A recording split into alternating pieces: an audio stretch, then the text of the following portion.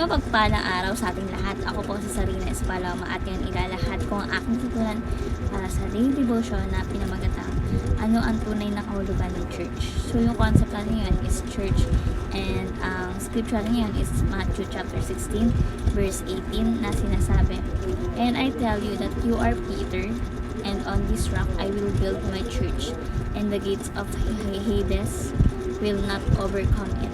So, yung katuruan po natin ngayon is number 1, start a church. Okay. So, number 1 is, the church is the people of God, not a sect, religion, or building. So, meaning to say, yung tunay na church ay hindi sila organisadong pangrelihiyon talaga or isang physical na gusali, no? So, kundi sila yung mga taong sumasampalataya kay Jesus Christ at sumusunod sa Kanya. So, the church is the people of God, not a sect, religion, or building. Number 2, the church is the body of Christ, a living, organic movement. So, dito, ang church ay hindi isang patay na institusyon, kundi isang aktibong komunidad na kumikilos bilang katawan ni Jesus Christ sa mundo, na nagpapahayag ng Kanyang pag-ibig at katotohanan, no? So, the church is the body of Christ, a living, organic movement. And number 3 is the church mission is to transform the nations, making non-followers into followers of Christ. So, dito sinasabi na yung ang mission na to is, di ba, disciple of nation. So, dito, yung mga hindi followers ni Christ, magiging followers ni Christ. So, ayun sinasabi dito, yung mission ng church. So, ang church ay tinawag upang ipalaganap yung ebanghelyo at gawing alagad ni Jesus Christ ang lahat ng tao. Hindi lang upang magsama-sama sa pagsamba, kundi upang baguhin ang mundo sa pamagitan ng mensahe ng Diyos.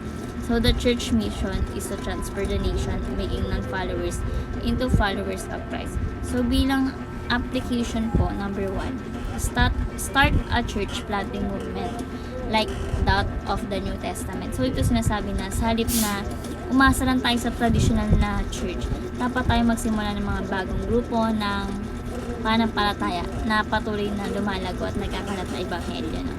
So, tulad ng ginawa ng mga apostol, maaaring magtayo ng maliit na grupo ng panampalataya sa iba't ibang lugar at lumago yun. At syempre, dumami ang iglesia. So, start a church planting movement like that of the New Testament.